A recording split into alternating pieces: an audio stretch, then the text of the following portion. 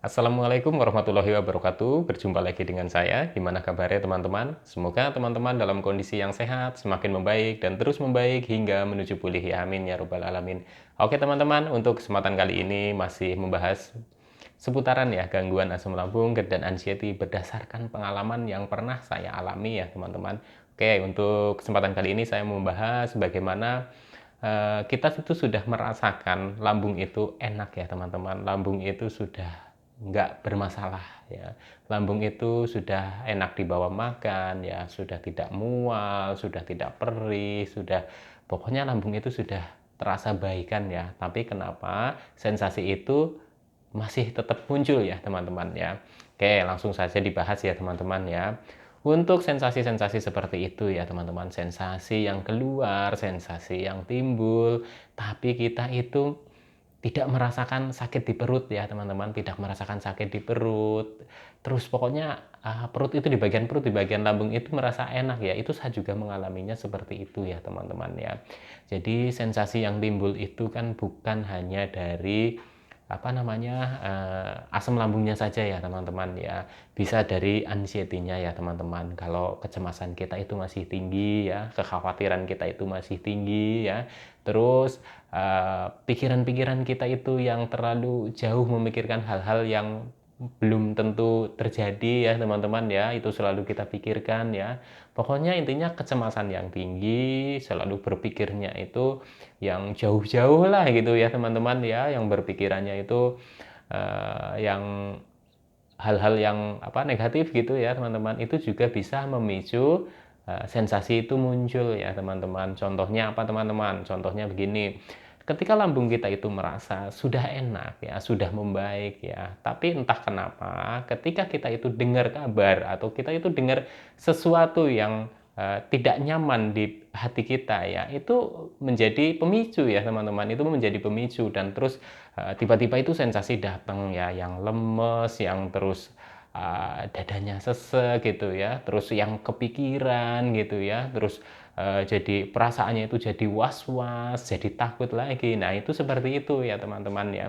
Jadi kondisi lambung itu sudah enakan, kondisi lambung itu sudah merasa baik, sudah merasa tidak ada masalah di lambung, tapi sensasi itu masih muncul, itu bisa karena kecemasan kita itu masih tinggi ya teman-teman. Kecemasan, kekhawatiran, terus pikiran-pikiran kita itu masih selalu yang masih yang banyak takutnya gitu ya teman-teman, banyak takutnya. Jadi ketika kita itu mendengar berita ya, atau kita mendengar informasi yang mungkin belum siap kita terima, itu akan direspon oleh hati kita gitu ya, oleh perasaan kita, dan itu menjadikan sensasi lagi juga ya teman-teman ya. Tiba-tiba itu lemes ya, terus pusing ya, terus tidak semangat ya, terus loyo ya, terus ya banyak lagi lah teman-teman ya. Saya pun merasakan seperti itu dulu teman-teman ya.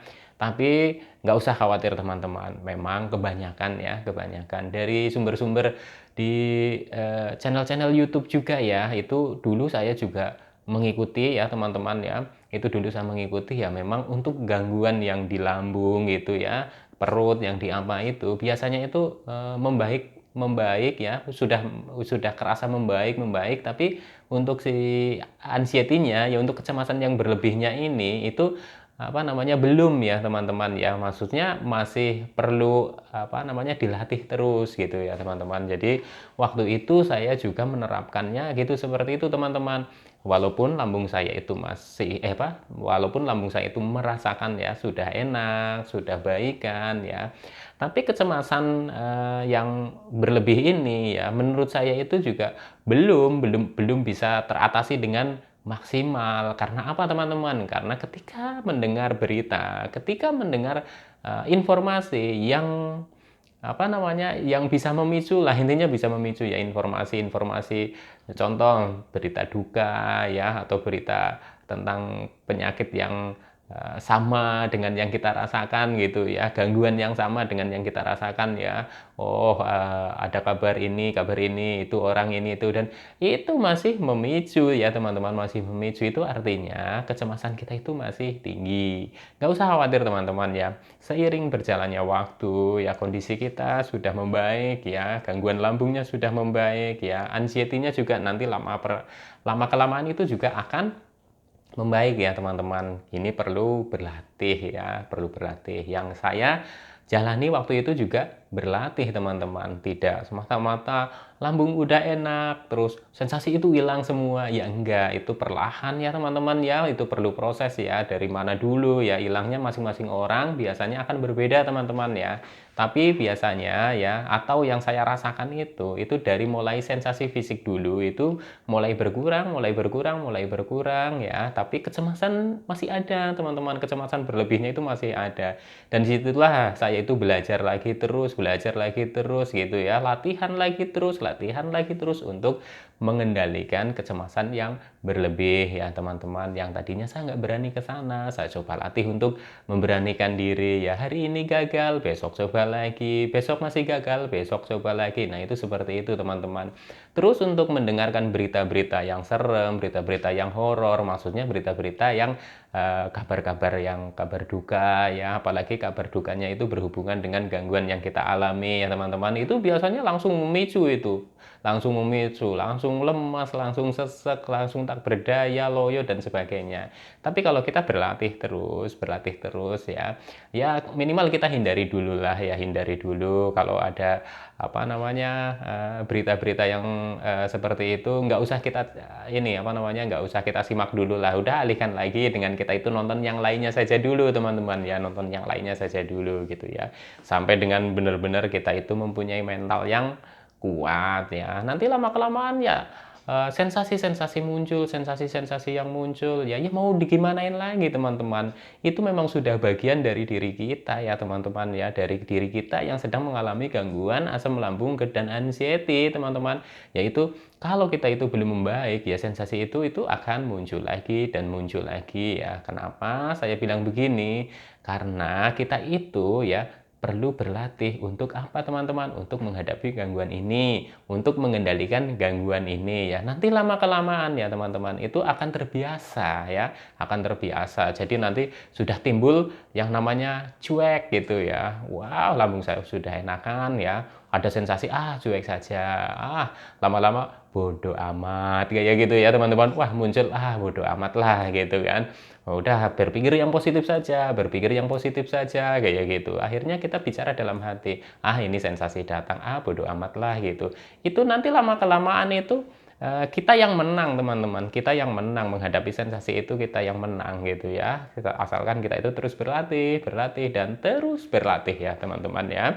Kenapa saya bilang selalu berlatih? Karena biasa usaha pertama, usaha kedua itu juga belum tentu berhasil ya. Bukan saya itu mematahkan semangat teman-teman ya, karena saya menjalaninya itu juga bertahap.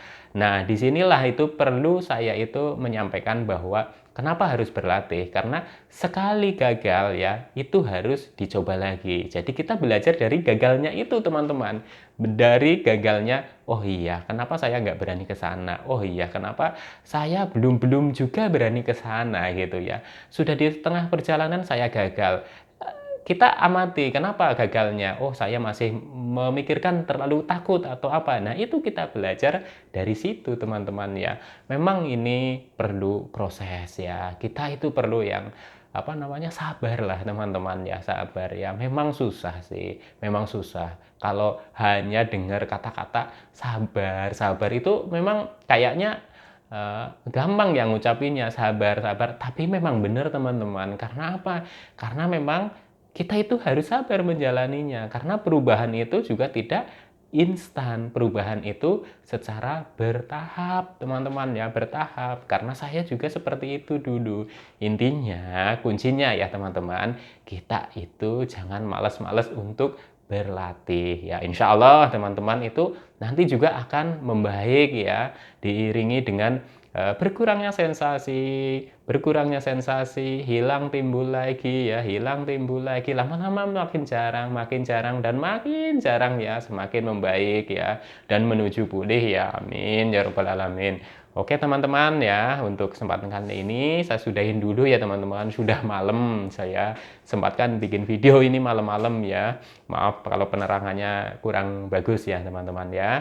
Pokoknya teman-teman tetap semangat ya, jangan putus asa ya, insya Allah teman-teman juga nanti juga akan membaik dan terus membaik hingga menuju pulih ya, amin ya robbal alamin.